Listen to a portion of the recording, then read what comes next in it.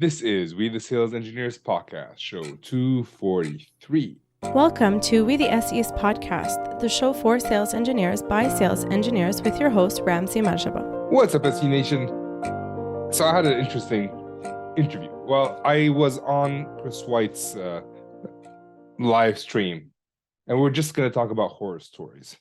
And Chris had a surprise for me where he brought in a couple of surprise guests. I enjoyed everybody's stories, and we all think of sales engineering as the best job ever, but we have our struggles.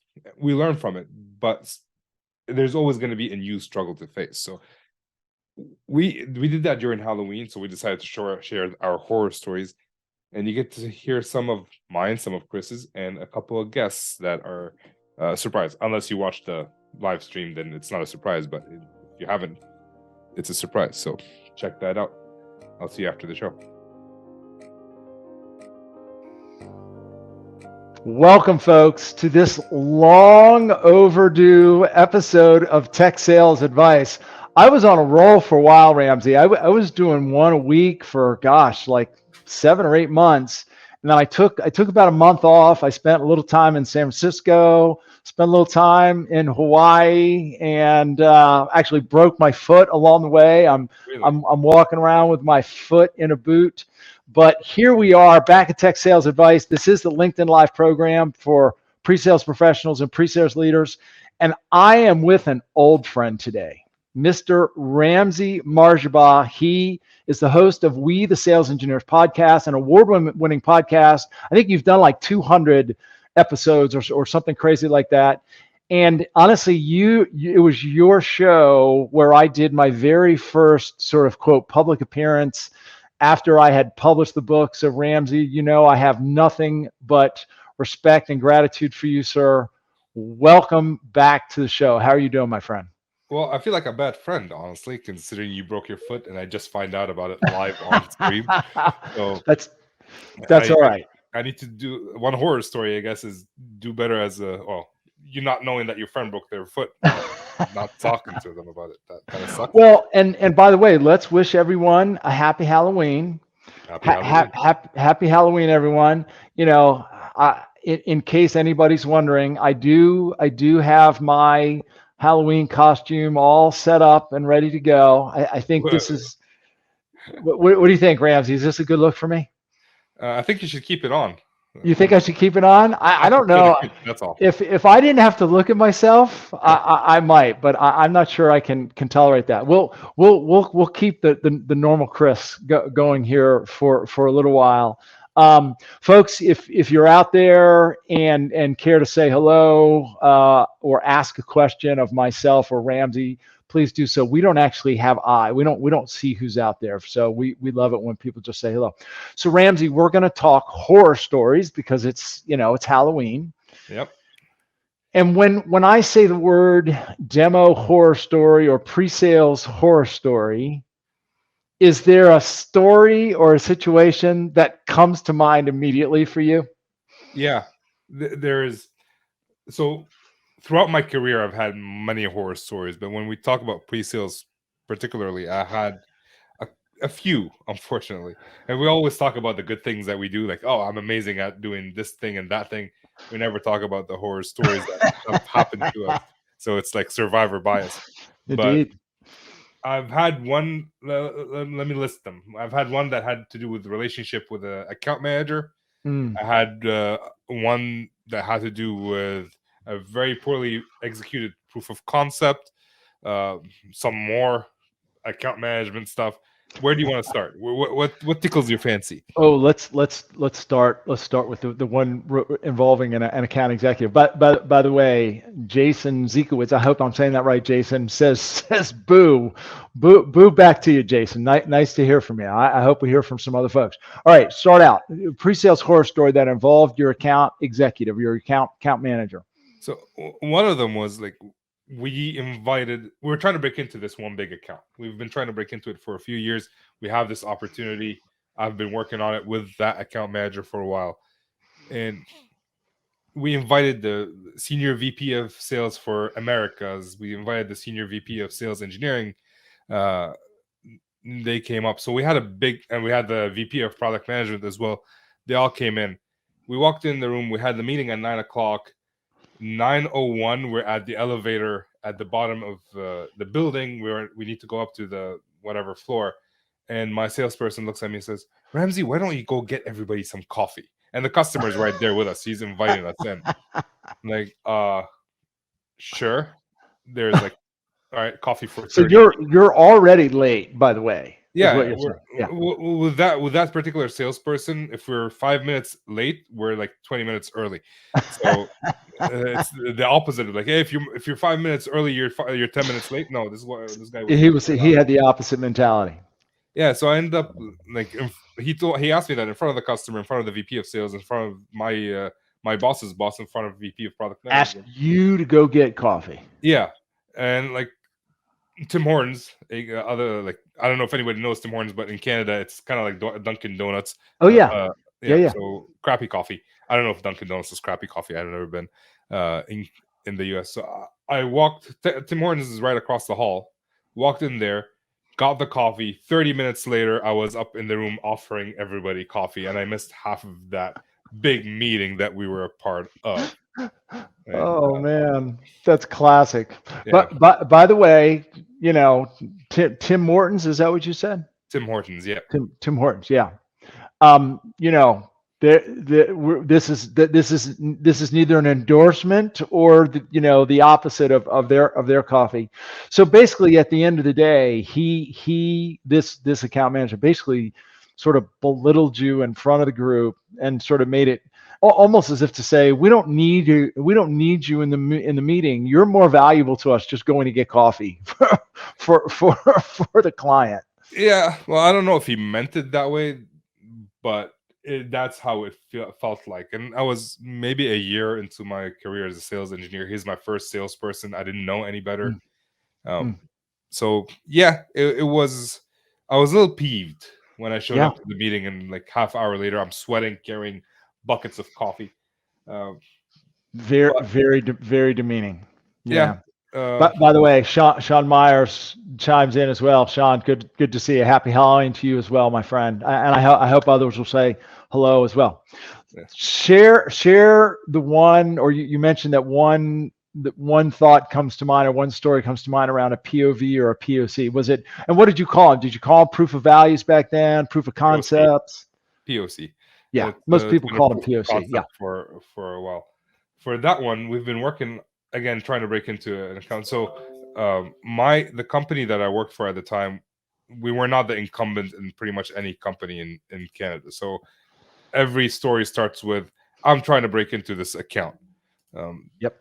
And this one, trying to break into this account, I'm a generalist SE. So I cover, I don't know, 20 products. We have specialists behind this.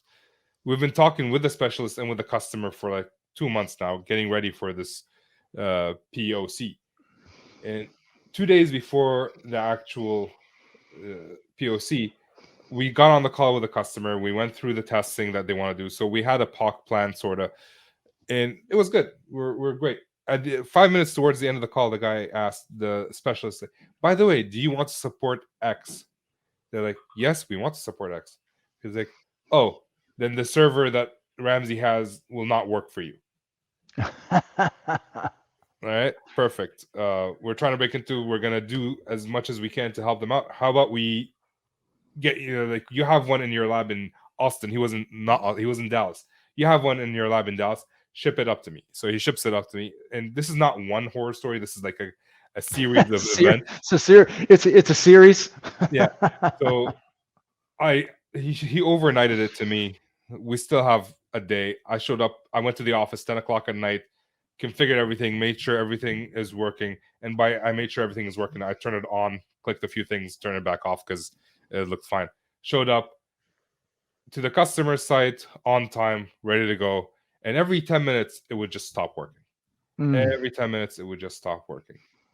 So I told the customer, how about I just take it back? Don't waste your time. Let me go figure this out, and I'll come back whenever we're ready. So I spent the entire day at the customer site and then trying to figure it out. Again, it's late at night, trying to work things out. The next day, still trying to figure it out. And I got engineering involved this time because nobody could figure it out. It's like, oh, well, you have that wrong configuration on here. That should be something else. I'm like, but it's not in any of the manuals. Like, it's not there. At no point did you say that in the manual that this is not supposed to work. Anyways, now we're 2 days late, so it's already we're already trying to catch up, and we're getting later and later. Now the customer doesn't have time for me because he had set up 2 days, of course, to work with me. Yeah, I would show up on site, and a lot of it is integration with their stuff, and the customer just wasn't available for me. So it was a lot of hurry up and wait, hurry up and wait, hurry up and wait. And then IPsec is involved, and it's very hard to debug IPsec because everything's encrypted. Anyways, 3 days later, like the customer just stopped showing up. I'm still trying to salvage it. We're escalating. We're bringing in product management. We're bringing in senior leadership to meet with the management of that individual engineer. In the end, it was just a week of me pulling my hair, getting people on calls, and in the end, we lost the deal. That was a rough week for me. Like, it was failure from, like, it wasn't a period of time where I'm doing well and then all of a sudden things happen. No, it started off really, really horribly by not asking that stupid question at the beginning 3 months ago. And it kept going. Yeah, you get better. Could not salvage that one. Well, and it's, what comes to mind for me is we see this so often, right? An engagement, a POC, it gets off on the wrong foot to begin with, right? And it's sort of like the term good money after bad, right? It's good time spent after bad time spent kind of thing, right? And for some reason we don't have either the wherewithal or the courage to just like put on the brakes and say, well, time out here. Like, what are we doing here? What we're doing is trying to break into this. Like, when you're talking with account management, they're trying to break into this opportunity. Like, it could be the best customer we've had. So we're going to, I played sports. I played basketball, and I never gave up until like the whistle was blown. And we're kind of in the same boat where I took it personally. Like, I thought I did my job. I thought I did everything right by getting the right people involved.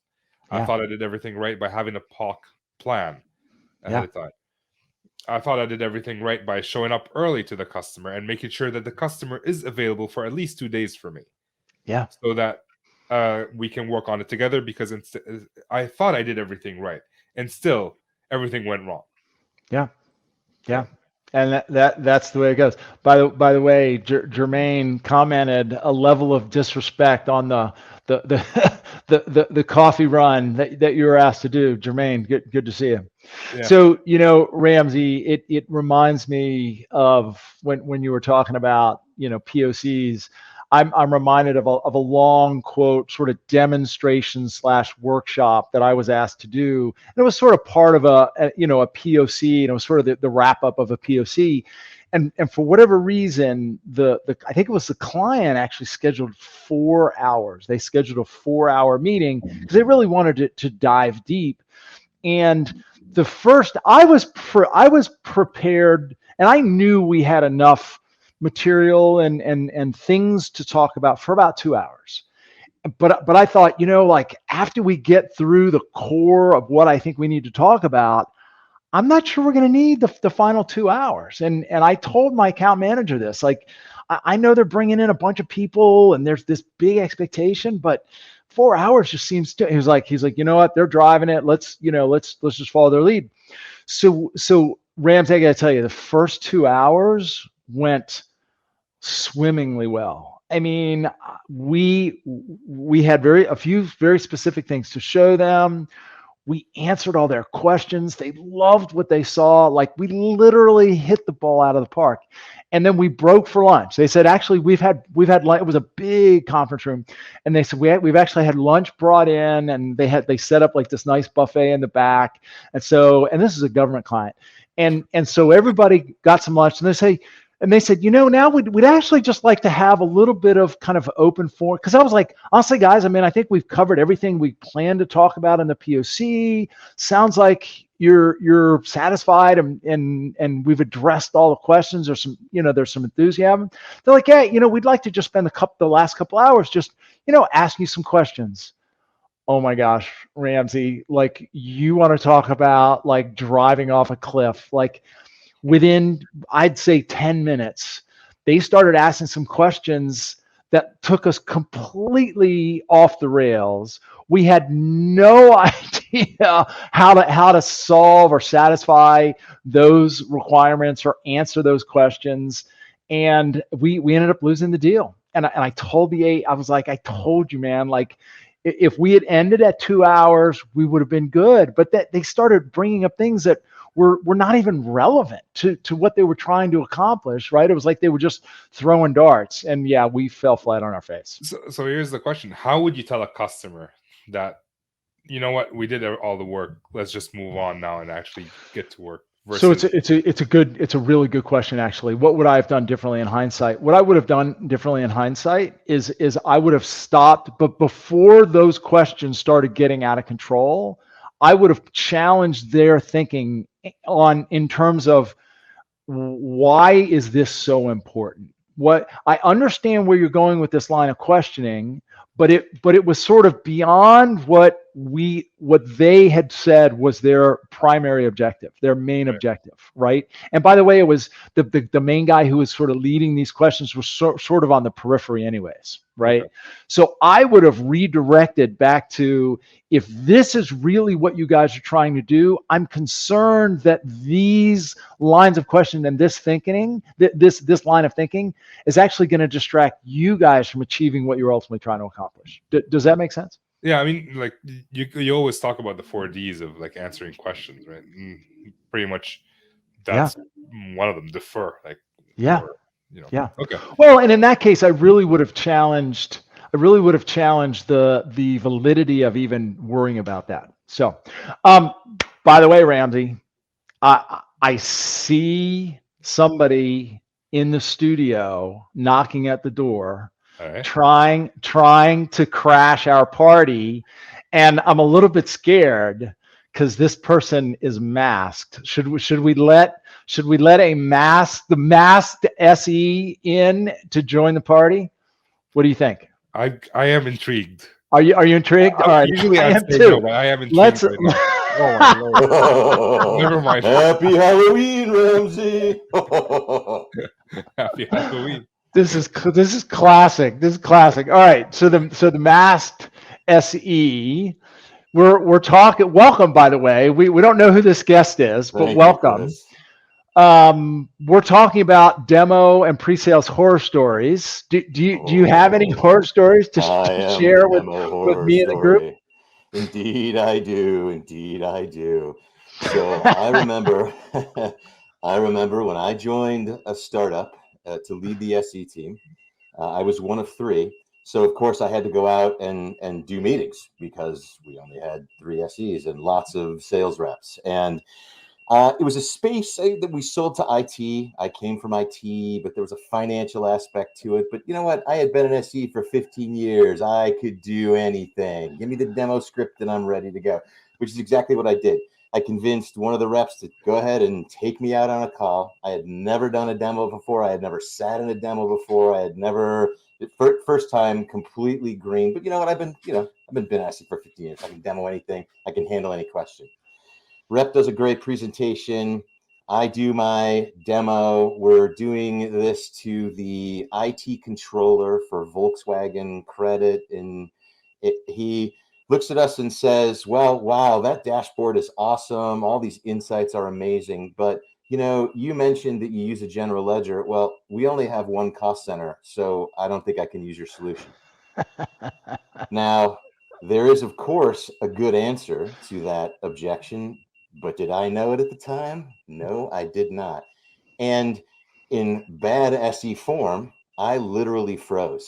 I actually panicked, and there was 30 seconds of silence. We're sitting in front of him. There's 30 seconds of silence before the sales rep steps in and says, well, What Bill would say if he could talk right now is this.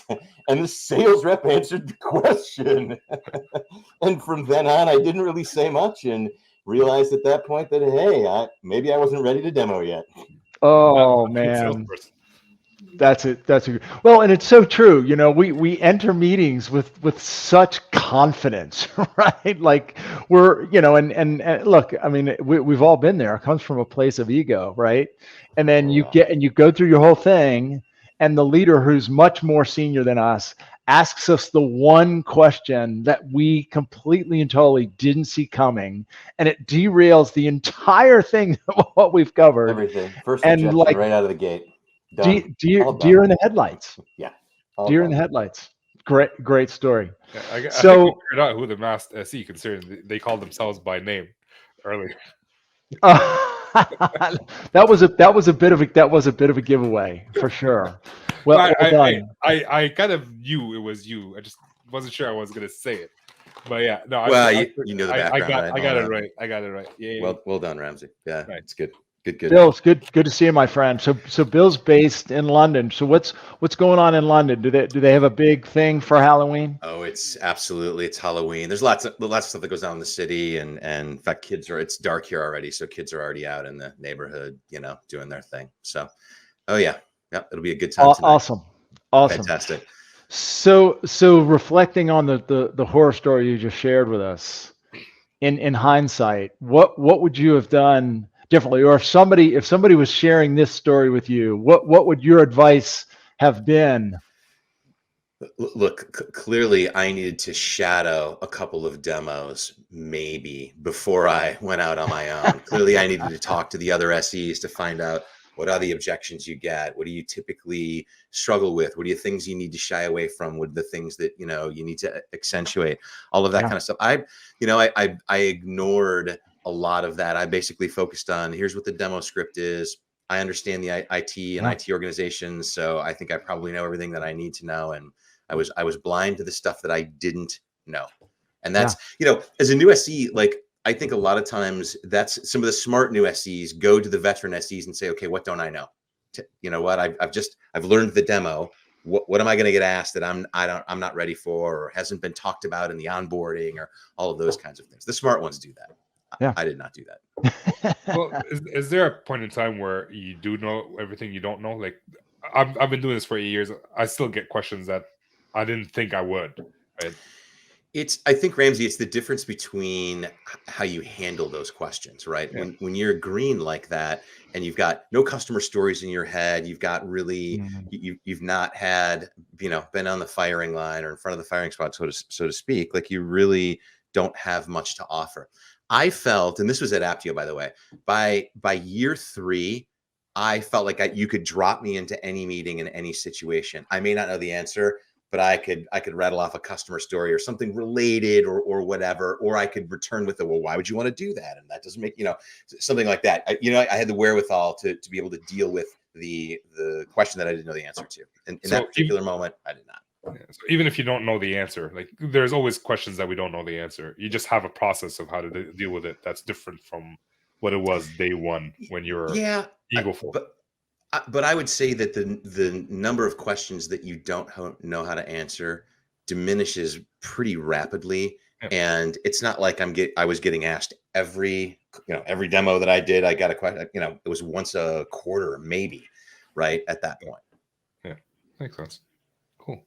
How much of that situation, Bill, do you put on the account executive? Because to me, one of the thoughts that came to mind as you were sharing your story is that if there's a very significant, I don't want to say showstopper, but if there's a significant condition or criteria with the people that we're dealing with that significantly changes the way we would position our solution, that seems like something that should come out during discovery. So in hindsight, is that something that maybe the account executive should have teased out, or would you put that still more on yourself?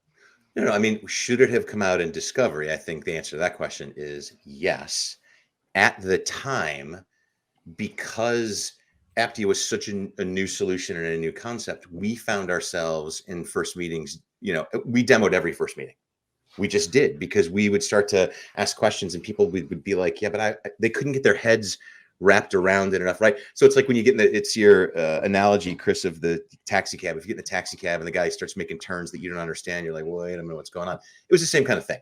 Like we would start to ask these questions and people would be like, yeah, I don't understand where you're going. So we always had to kind of offer up some. So I think the sales reps there just got into the habit of like, well, we're always going to do a demo. So they offered it when they agreed to take the meeting. And you know what? That was the discovery, and we discovered, all right.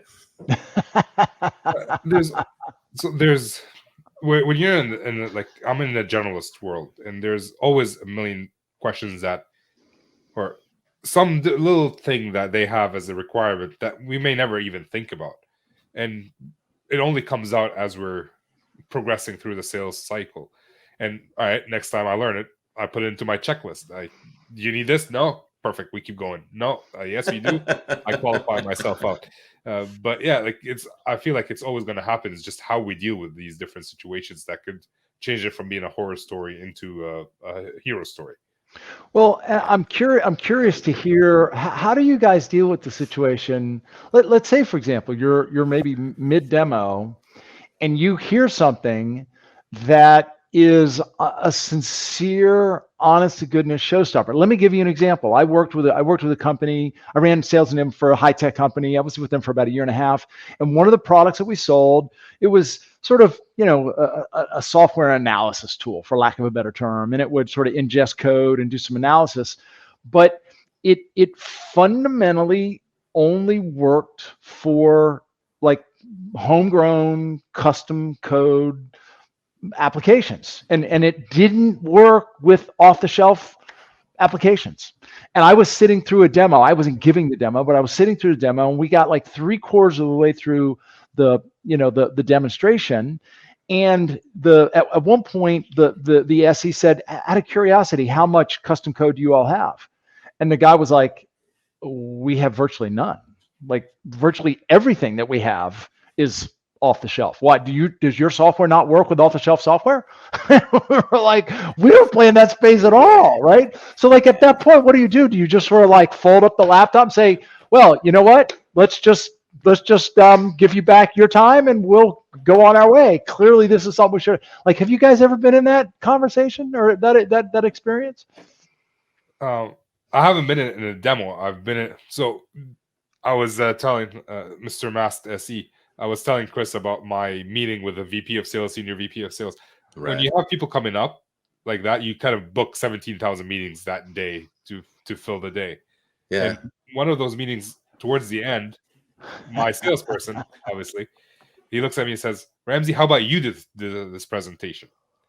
And I showed up and I started doing the presentation. And the customer, I had a good relationship with that person. And he looks at me and says, Ramsey, you're showing me all the wrong stuff.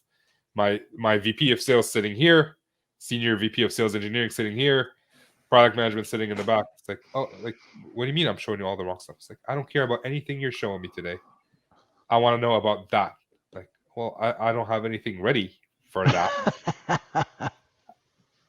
How about I just sit down and we can figure that out later? Like, yeah, so it's happened to me. Again, that's after I brought everybody coffee and already pissed off.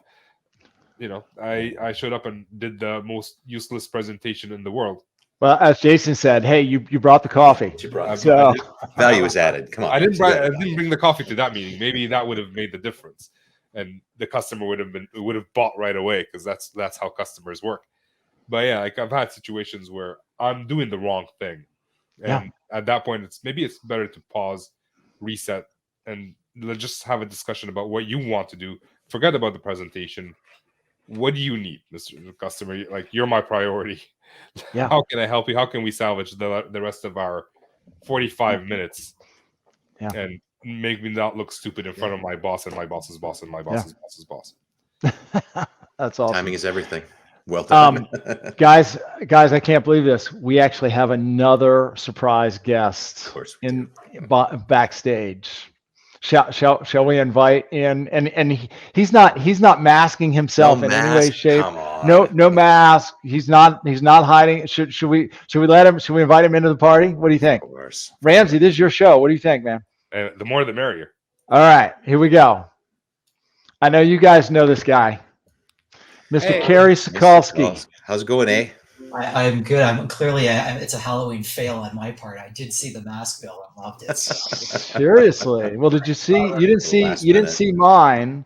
So let me bring mine back. And Bill, I don't know. You might not have seen mine either, Bill. So let me put up mine on just for a second. This is my Halloween costume. So what do you think, guys? Should I try to run a workshop in with the mask on this week? I think people will pay attention to that. Very authoritative. Bill said that what I ought to try to be is That's the one right there. the oracle of pre-sales. And you literally could be Chris the White. Oh my God. It's perfect. That's so good. Well, if my kids are wondering what I'm going to look like, in about 20 years, if I were to not shave, there you go. There you have it. All right. I'm gonna go back to the normal me just for a minute because I have to look at that and I don't actually want to look at it for an extended period of time. Kerry, my friend, welcome. Delighted to see you crash the party. We're talking horror stories because, of course, it's. By the way, do you guys celebrate Halloween? So I'm the only one in the United States right now. I've got two Canadians and one guy living in London. Do you guys celebrate Halloween up there in the Great North? We do. Although the costumes tend to have to be a little bit different because it's freaking cold in a lot of places up here now. So you sometimes see kids with a costume and a ski jacket on top of it. Yeah, the girls, the little girls can't get away with like the ballerina or whatever. It requires something nice and warm. So Kerry, you've been doing this a long time, man. You've got to have a horror story of two. I've got two. One that you'll relate to, Chris, and probably feel strongly about because it has to do with sales and pre-sales alignment and preparation. And I've got another one that's around sort of situational awareness. I'll start with the sales pre-sales alignment one first. So I was pitching. I believe the prospect was Auto Trader at the time. It was in Atlanta. And it was with a rep that had been with the company for a year. And for some reason, I got stuck with all the less than stellar reps, for better or for worse. And we go in and this rep does, let's call it a C- job on their opening intro. And I'm confident enough that I can bring it all back. And it was a proof of concept. And we're going through it. And I'm walking through all their stuff. And got the audience's attention. And in the middle of the demo, I'm sitting next to my sales rep with about 8 people from Auto Trader around the table.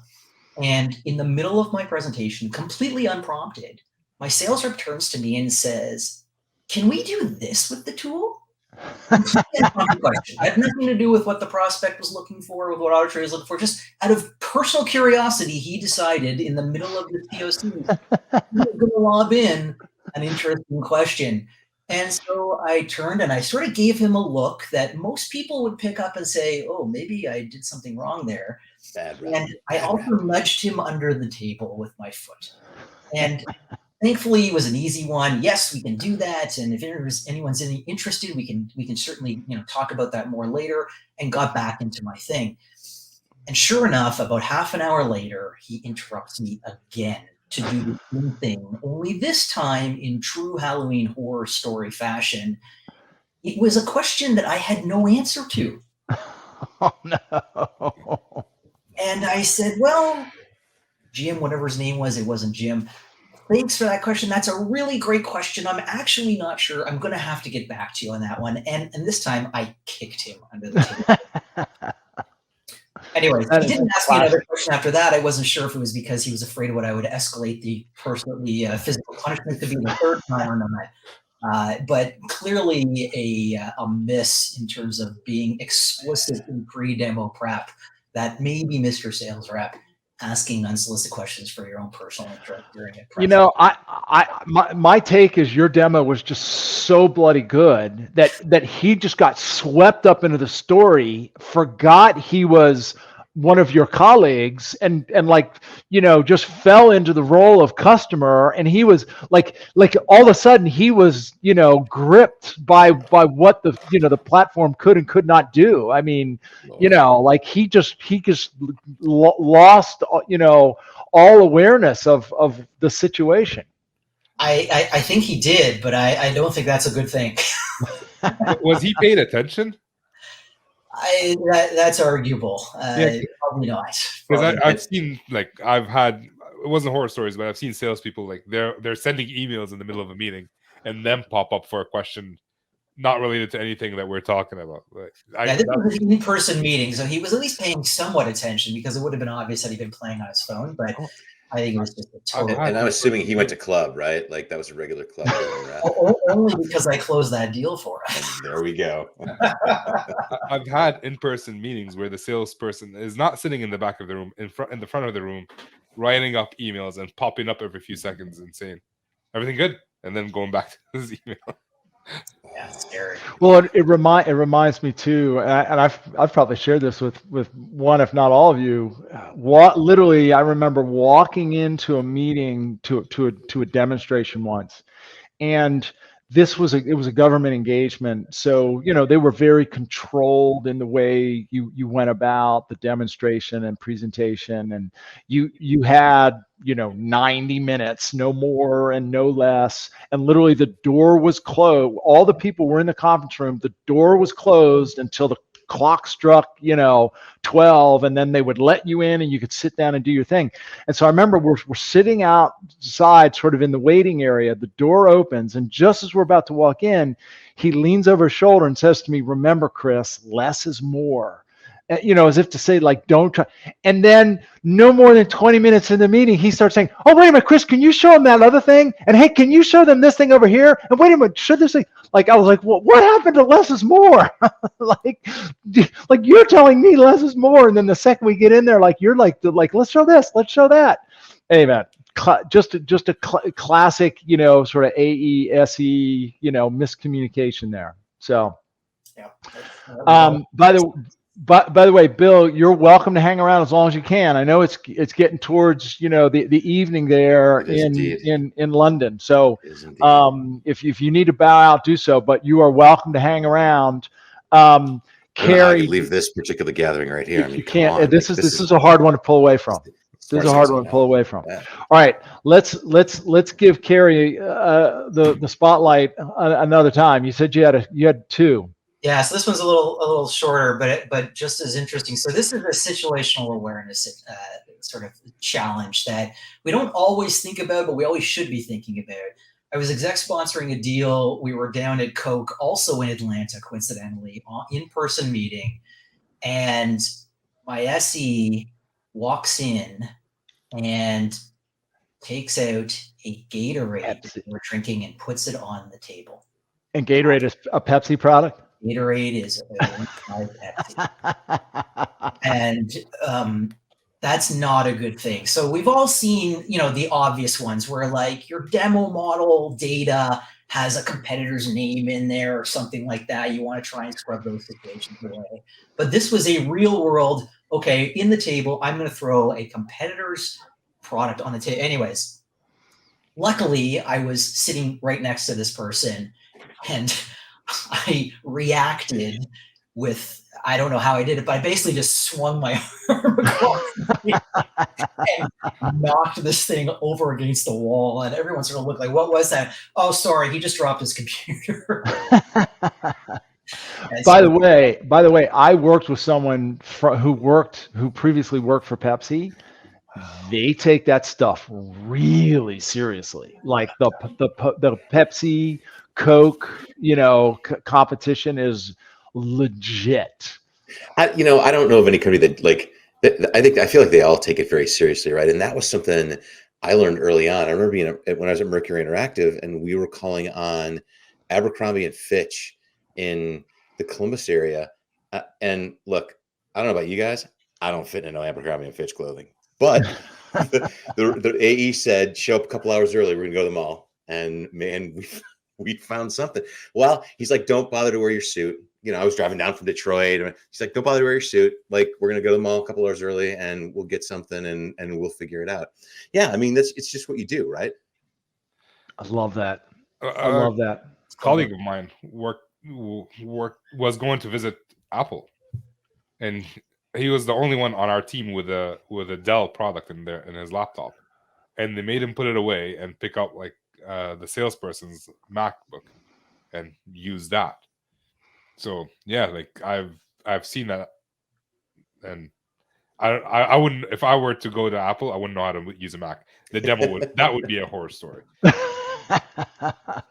So Ramsey, let's come back to you, my friend.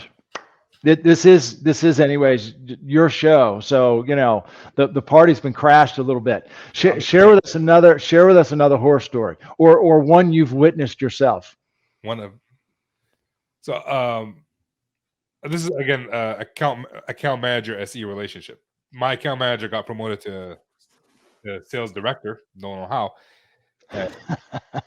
It was during that phase where I was working late hours on the POC for my customer. The customer were trying to break in. Our office was in disarray. They were doing construction, and he had the only desk available in the office. So I used his desk to put the server and set it up. And then I get a call a couple of days later, and he's like, "Ramsey, you scratched my desk." Okay. He's like, "You scratched my desk, Ramsey." I'm like, there were construction people in there. I was working late. It could be me. It could be anybody. What's your point? And his response was, "I don't want to take it up the management chain." And that's where, like, it's a stupid desk, right? And anything when you're an SE or any, I guess, any different role, when you're working with another person with a power dynamic, it could go badly. So I waited a couple of days. And I sent an email to my manager, and I'm like, he didn't want to take it to upper management, but I am. This is what happened. He tried to bully me. He can't because he's half my size. And I'm kind of mean. And my manager took that email, and he just called up my salesperson and very gently said, like, "Hey, Ramsey didn't take it very kindly. Can you please call him up and make sure that everything's okay?" He didn't call me. What he did was he called his boss to complain about the scratch or whatever my reaction is. My boss had his wife in the car, and they were on speaker, and his wife was looking at him, was like, "Is he talking about a scratch?" And I heard all this secondhand, but I believe it. So his boss tells him, like, "Hey, your team is struggling. They're not hitting quota. Go worry about that versus the scratch." So what does my sales director do? He calls up my boss, his boss's boss, who was on vacation. Anyways, nobody answers. And now the whole company knows about the scratch on the table. It was dubbed Scratchgate. Now people walk up to me within that company, my former company, and tell me, "Hey, how's Scratchgate going?" It's just one call, one scratch that could have, I don't know if he was trying to derail my career or anything like that, but right now it's funny. But for those 2 days where he threatened to take it up to management, and I'm thinking about how I'm going to deal with it, it wasn't a very nice 2 days. And the best thing I did was write up the email, wait a couple of days, and then send it to my boss, and just see the wheels fall off of that guy, because the guy now, he is well known to be nuts over a scratch. That's hysterical. Yeah, horror-ish story that ended up kind of positive for me, because I had a positive performance review because of it. Ramsey knows how to deal with tough people. By the way, I mean, that is a skill, the ability to deal with difficult people. I remember we did some work with one of the large integrators in the DC area. It was either Lockheed Martin or Northrop Grumman or Raytheon or, one of them, but we were invited in. They had a group that was using our enterprise architecture software. And we had a champion within that group, but he was trying to get our solution exposed to a wider audience. So they invited us in to do sort of this, seminar style presentation demonstration for a very large audience. And we had, and this is this is before, Zoom exploded, right? So this is probably 2008, 2009, something like that. We probably had 30 people in the room and maybe another 50 or 80 people on, GoToMeeting or something like that. There was a gentleman in the room who had a reputation for being a difficult customer, and he was actually, you guys know this type of customer. He was a huge fan of our software, but he was very, very quick to point out all the things that were wrong with it, and all the things that it couldn't do or didn't do, and like 2 or 3 times very early in during my demonstration, he interrupted me and said, yeah, but it doesn't do this because of blah, blah, blah, right? And then he interrupted, and then for the 3rd time, he said, yeah, but it really can't. And almost his words verbatim. Yeah, but it almost doesn't, it does virtually nothing out of the box until you configure it. And at that point, I was like, with all due respect, sir, you invited us to be here to share the solution with people in your organization that aren't familiar. Now, I understand the point that you're trying to make, but I fear that you're shedding, a very negative light on a product that you yourself, sir, have used quite a bit. Is it fair that maybe we turn more of a positive light on this conversation, right? Because I was like, you invited us to be here. you know what I mean? So sometimes you just have to call people out. Sometimes you have to stand your ground, right? Yeah. That guy was funny because he invited me into my car afterwards. So my boss talked to him, then he talked to his boss, and then he talked to his boss's boss. No one would listen, and he invited me into his car, trying to convince me that he wasn't trying to bully me. And at one point, he said, "Oh, he was bullying you into believing he wasn't trying to bully." Yeah, he got me in my car, and he's like, "I will. Let's take it to arbitrage." Like, he has a Polish accent. Let's take it to arbitrage, and we'll figure it out. I'm like, dude, listen. Do you want to get over this, or do you want to perpetuate it? You're saying you want to get over it. What you're doing is something completely different. Which one is it? So I know how to react with you. He's like, no, let's get over it. I'm like, all right. Then why are we still talking? I felt that you were trying to bully me. You're saying you're not. Great. I'm happy to hear that you're not. Let's move on with our lives and learn from it and get better together. There you go. I love that. By the way, Sean Myers chimes in. Dealing with difficult people, one of the difficult skills to learn. Go ahead, Bill. You were going to say something. I was going to say, technically, was it really his desk? Had he paid for the desk himself, or was it the company desk that he was using? He could have easily switched it to another desk. I guess that was my point. Really, well, yeah, no, awesome. It's the whole thing is completely ridiculous. Yeah. It wasn't even it was a small dent that it wouldn't have affected anybody. It's a ridiculous entire situation. When my boss came and said, "Oh, I want to see this big scratch," and I went and showed him well, this is the desk. He couldn't find the scratch. That's how. Even better. Yeah, the guy's meticulous in the way he does things. Anyways, it's just. Yeah. I will say this though. It does make me think of one thing, and that is we never know what's going to set people off, or we never know what people are going to be sensitive to. And more so now than ever before, right? We live in a world where we have to be very sensitive with our words. We have to be very sensitive with some of the comments we make that might be taken sort of out of context, et cetera. So look, if I'm fully honest, I'm not sure I'd want to be out in the field doing demos, on a day-to-day, week-to-week basis anymore, because I think the guardrails are narrowing. Do you guys agree with that sentiment? I think you got to lead with empathy no matter what you're doing in any type of relationship, whether it's a prospect you've never met before or your spouse at the end of the day. Ramsey, I think the way I probably would have handled that, and it's very easy for me to say this in hindsight, is to say to him, that sounds really terrible. Clearly no one wants a scratch on their desk. Is there any way I can help? How is that affecting your ability to do your job and for us to work effectively together? And invariably the answer to that question is in no way, shape, or form is that dent or whatever it is scratch affecting his life in any way. Right. Yeah. But at least you've told him, look, you feel bad about it. Let's see if we can do something about it. Exactly. I did apologize. I did say hey, I'm sorry that happened, but he kept going. Right. And Ramsey, it was a particular situation. any reasonable person would not have let it come to where it came from. So that's the kind of person I was working with.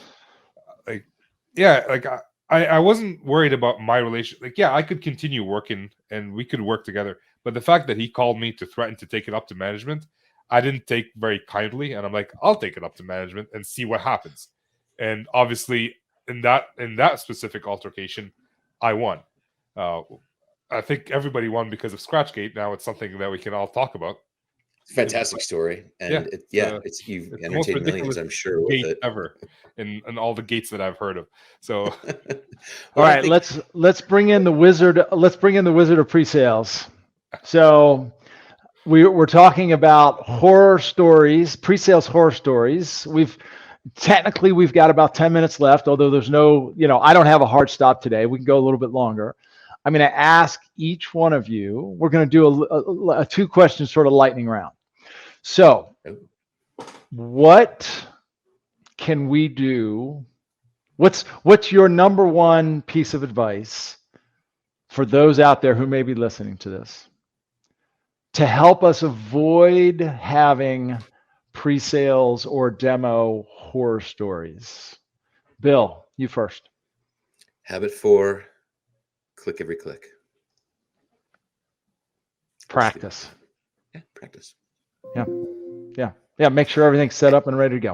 I think at the end of the day, look, there's no way to deliver a perfect demo. You're never going to absolutely avoid every possible thing that can happen. So along with practice, there's also the acceptance of the fact that something's going to screw up and happen, and don't let it slow you down. Just keep going. Yeah, well said. All right, click every click. Kerry, your piece of advice for avoiding pre-sales horror stories.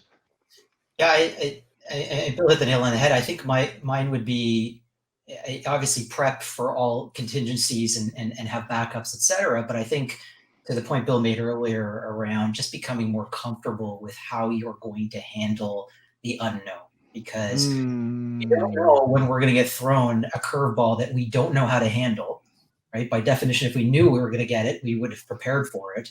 And so prepare how you would deal with the unknown. I talk a lot when I'm coaching my SEs about when certain situations happen, and rather than, for example, have 30 seconds of silence where no one's saying anything, prep with your sales rep ahead of time. When there's a situation that happens where there's no obvious answer, or you have to do something behind the scenes you don't want them to see, make sure that sales rep knows to chime in with some air cover. Ask them a question, get the audience, turn the focus around so it's not on what's going wrong, it's on something else. Or to Ramsey's point earlier, ask them why they're asking that question, deflect, right? Learn more about it. And then it becomes, you're actually expressing your expertise through the types of follow-up questions you're asking about what they're asking you, so that then you can come back and say, look, I want to make sure I'm giving you the best possible answer. I don't have that for you today. I'm going to go talk to X, Y, and Z and get back to you right after this meeting. So Love be prepared on how to deal with it. Yeah. And what comes to mind to me as you shared that is sort of be present in the moment, right? I think too often we're so focused on our demo, we're so focused on remembering the words that we wanted to say, sometimes down to a script, that Bill, to your point, you got that question and you froze like a deer in headlights, right? Like we're not present in the moment, right? I don't know if you guys have ever heard this. I heard this interesting analogy from another gentleman. He said, whenever you're presenting to the group, there's two magnetic poles, right? There's one magnetic pole pulling you towards the audience. There's another magnetic pull pulling you towards your own material and right. And he's like, imagine like you're in a room and they're all on one wall and you're on the other wall, and you're constantly being pulled. If we're pulled too closely to the audience, right, we kind of forget what we're going to say, right? But if we're pulled too closely to our material, we're not paying attention to the audience, right? I think we need to find that equilibrium, that balance, right? That presence, right? Yeah. Great point. Ramsey, advice on how to avoid horror stories. I think the masked SE and Mr. Sokolsky kind of got it. The way I tell people is like it's preparation, anticipation, and communication. Mm. You prepare for the worst case scenario. You prepare for when there's a crash. What are you gonna do? Like, Tom Brady practices 2 minute drills, not because he thinks he's never gonna get there, but he will get there at some point. So what are they gonna do? Right? We don't practice alone. I can practice in front of a mirror all day long, and then That's good a too. salesperson will come in and ask me to demo something in the middle of a demo, like what happened with Kerry. And how are we going to deal with that? Or maybe if we're on the practice squad together, because it's not an individual sport. Sales is a team sport. How do we work on this together? If something crashes for me, what are you going to do for me to give me time as an SE? If something happens with you, what am I going to do to support you? When can I interrupt you? I get a lot of questions like, hey, I don't know when I can interrupt my salesperson. Well, did you practice it? Did you try to role play and see? I interrupted him right now. How was that person's reaction? Was it good? Was it bad? And learn from it. You don't want to practice in front of the customer, then practice in front of your teammates. And then communicate what you need. A lot of people think that, like my wife, I love her. She thinks I read her mind. And to some extent, I do. But a lot of things that we don't. I do the same to her. So if she needs something from me, I need to know. If my salesperson needs something from me, I need to know what that is. If they have a goal that's different from me just doing a demo, I need to know what that is to help them achieve it. And if I have a goal that I want, I need to tell them. Things don't just happen. You kind of have to be purposeful about it. So communication, love it. preparation, and anticipation. Figure out what you're going to be asked and try to steer the I love it. conversation towards it. Preparation, anticipation, communication. That's really good. I think that's, if you haven't written a blog or article on that, Ramsey, I think that's worthy of one. Now it's next on my list. Thank you for this call. I have a blog idea. I think you should. All right. So one more question from the what did I call myself just a moment ago? The Wizard of Presales. The Wizard of Presales. Thank good you. with that button. The Wizard of Presales. I mean, come on. I mean, if there's nothing else as a pre-sales, professional, we need to be quick with the trigger, right? I mean, that's what we do for a living. So, so the final question from the Wizard of Presales is, if you could go back, if you could wind the clock back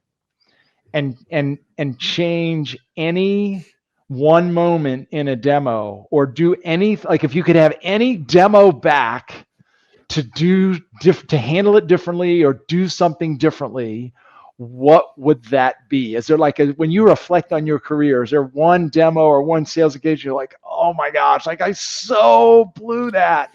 If I could only have that one moment back, what would it be? Bill, you're first. I'm all anxious. I'm like, I'm actually reliving that moment right now as we're speaking. I'm very uncomfortable.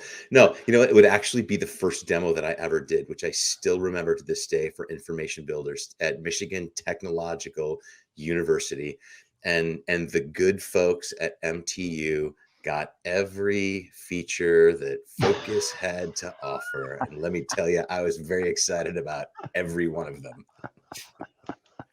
Isn't it funny how we literally remember where we were, who was there, what we were doing? I think the worst part about it is I thought I was doing such an amazing job, right? Like you're so I got to everything. And the audience was asleep. I mean, and it was in a university, as you can imagine. It was this whole department. And so it's this row of chairs and people are sitting up there, and people were out. And I remember the first thing the sales rep said to me was, "You got to every feature, didn't you?" And I was like, "Yeah, I did." And he was like, and he just shook his head. So the flight home, I got a little explanation about the concept of less is more and what's important to the customer and all of that kind of good stuff. Yeah, I didn't feel too good that night. Yeah. No, that's a great one. Kerry. So I'll continue the theme of first demos. I remember starting my career at Vericent, and the CEO was the head of sales at the same time. I was employee 12, the only SE, the first one in the company, and he had been doing his own demos as a sales rep before he was the CEO of our company. And so the first 2 demos I had done, he was on the call and just took over and, provided air cover wherever needed. And so I had this amazing safety net that I wasn't worried about. And I remember this was the first demo, the third one I gave, where literally 2 minutes before the call, he's sitting next to me, our sales reps in Boston dialing in, customers remote. And 2 minutes before the call, he says to me, "Oh, by the way, I'm not speaking at all during this meeting. Go on your own. Good luck." And I just panic. I'm like, oh, this is going to be so bad. And I went through it and it was not good. And I remember the call ends and the phone gets hung up. And I turn to him and I go, "I am so sorry. If you need to fire me now, I understand." And he laughed at me and he said, "Hey, it wasn't that bad. You're your own worst critic." But he said, I guarantee you'll learn a hell of a lot more by screwing up like this than you did from any other demo that I'm going to sit there and help you where you think it's a great demo. And he was right. Most of us learn through doing. And when the safety nets are pulled off, that's when we really have to perform and learn how to do it on our own. And so that was a great learning lesson for me. I think the advice I would go back and give is it's okay to screw up. Yeah. Right? You're not on the 8-figure deal, right? It's a 5K deal, a 5-figure deal. It's not the end of the world. Learn. It's okay. You're not going to win it all. Yeah. No, it's and we put so much pressure on ourselves, right? And frankly, sometimes we take ourselves a little bit too seriously too, right? So it's good to eat a little bit of humble pie along the way. Tough, but you learn. I don't know. I feel like they should have maybe dealt with it a little bit differently. Maybe instead of 2 minutes, maybe 10 minutes. 10 minutes would have been enough for you to prepare. More time for 9, yeah. Well, it's sort of like the second string quarterback. I mean, usually the second string quarterback, he has his best game when he's called onto the field, in the first quarter, or like the starter gets injured during warmups and he's called in to perform. Then you give him a week to prepare, and it's a disaster, right? Yeah. So sometimes you're better off just being thrown in the fire. All right, Ramsey, what about you? What as you reflect on your pre-sales career, is there any meeting that just sticks with you? You're like, oh man, if I could only go back and do that one different. Every meeting before 2017. For the first year and a half of my career, I did the spray and pray methodology. Yeah. And if it's a demo, it's the feature demo. You click on this button. It wasn't even like when you configure stuff ahead of time and then you show the result. No, you configure it live. That's what I did for like 2 years of my life, 3 years of my life, and no one told me that I was bad at it until the VP of sales, the senior VP of sales, everybody was there and told me, "Ramsey, you didn't even do a discovery on that call. That was a useless presentation." I didn't even know what discovery was. So anything before that time, I don't consider it as part of my SE career. And I learned a lot since then. So yeah. I made a lot of mistakes that I wish I could take back because I would have been way ahead today in my career. Yeah. I mean, and look, we've all done the feature spray, the spray and pray, the show up and throw up. I mean, and Lord knows anybody and everybody who's heard me talk about the book knows that. I mean, the genesis of the book was the mistakes that I recognized in myself, right? There's one in particular that comes to mind. I mean, similar. I mean, there are countless like I can literally recite easily a half a dozen demos, the location, the organization, what I was doing, but there's one in particular that always stands out in my mind. And Bill, you certainly have probably heard this before. I was presenting to a senior team of IT leaders at Sony Entertainment. So literally I'm in Los Angeles, California at the Sony Entertainment headquarters. It's actually a tourist attraction. It's a big, beautiful facility and they run tours and they had some corporate offices there. And let's make one thing very clear. Executives at Sony Entertainment have pretty big egos. as they should. I mean, this is a pretty big deal. It's a pretty big job. Los Angeles, California. About halfway through the demo, the most important, like the key guy, asks a question that's directly relevant to the conversation, the demo, what they're trying to achieve. And in my infinite wisdom, I look at him and say, great, really good question. Could I trouble you to hold that for 10 or 15 minutes? Because I'm pretty sure I'm going to get there, but before I'm done. And then I just continued on with my prepared agenda and my prepared script. Like literally within 30 seconds. Now, this is a long time ago. Literally within 30 seconds, he pulls out his BlackBerry, long time ago, with the keys. He pulls out his BlackBerry, starts typing away emails. Like he completely and totally disengaged within like 30 seconds. And right then I was like, I completely and we did not get that deal. I was like, I completely blew that and like lost him for the whole meeting. So it's one of those moments, just like, man, did I learn a hard lesson right then, So, by the way, and you guys know, quote, my 4D model, that's partially where the 4D model came from. Somebody, key decision maker asks you a question that's relevant, you direct all your attention right now, right, to his or her full satisfaction. So, guys, this has been fantastic. Bill, starting with you, any closing thoughts, comments, observations from you, sir? Happy Halloween. Thanks for letting me crash. I love hearing stories like this. I think, Chris, we need to figure out like how we do a show that is the celebration of failure and just have people come on and talk about their epic failures and what they learned, because I'll feel better. I mean, come on, we've all done it. We've all experienced it. It's about time we started talking about failures and not successes. Amen. Celebration of failure. I'm all in. How about you, Kerry? Any closing words, my friend? I'll echo Bill. First off, thanks for letting me crash. Ramsey, sorry to steal this to part of the spotlight. It's impossible to steal all the spotlight from you, obviously. But I will say that to Bill's point, we always learn more from our losses and our mistakes than we do from our wins and our successes. We always did really detailed loss analysis, and it was amazing the learning you get from that. So. I love your idea, Bill. I think a regular occurrence like that would be great. Awesome. And Ramsey, you get the final say, my friend. I really enjoyed this. I'm happy that Kerry and the Mass SE were able to make it. It's so much fun just to talk sales engineering, right, with a bunch of sales engineers. We don't get to do that all the time. Not many people know what we do. So when we get the chance to do it, I'm very happy that this happened today. I appreciate awesome. You saying that. I like it. And plug your podcast one more time, Ramsey. WeTheSalesEngineers.com. It's a resource for sales engineers by sales engineers, and it has a lot of sales engineers in it. So come check it out. And how many episodes are you up to now? 237. That's impressive. Really impressive. Wow. Well 237 done, or 238 published today. Really well done. Awesome. Guys, thanks so much for joining us, folks. For those of you who may have hung around till the end or maybe the end of the recording, thanks for joining Tech Sales Advice. We try to run this every Monday at noon. We missed a few episodes, but I think we're back up to speed. Check us out, hashtag Tech Sales Advice. Also check us out, techsalesadvisors.com.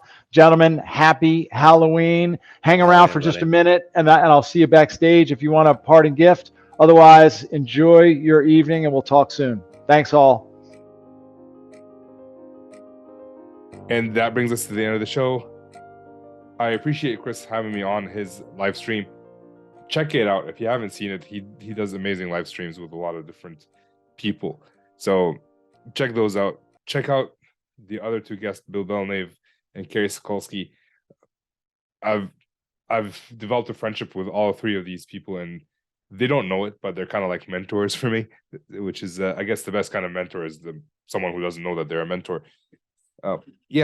What are your horror stories? I'm not the only one, or I guess us four are not the only people with horror stories. So I'd love to hear yours and what you learned from them and how you can improve. So I'll leave it at there. Check out WeTheSalesEngineers.com if you haven't done that. So we also have YouTube videos. Well, I have YouTube videos and a lot of other content and freebies that you guys can download. Check it out, and if you have any questions, please let me know. Connect with me. And I will see you soon. Bye. Oh, with that, I'm signing off. Bye. With that, bye.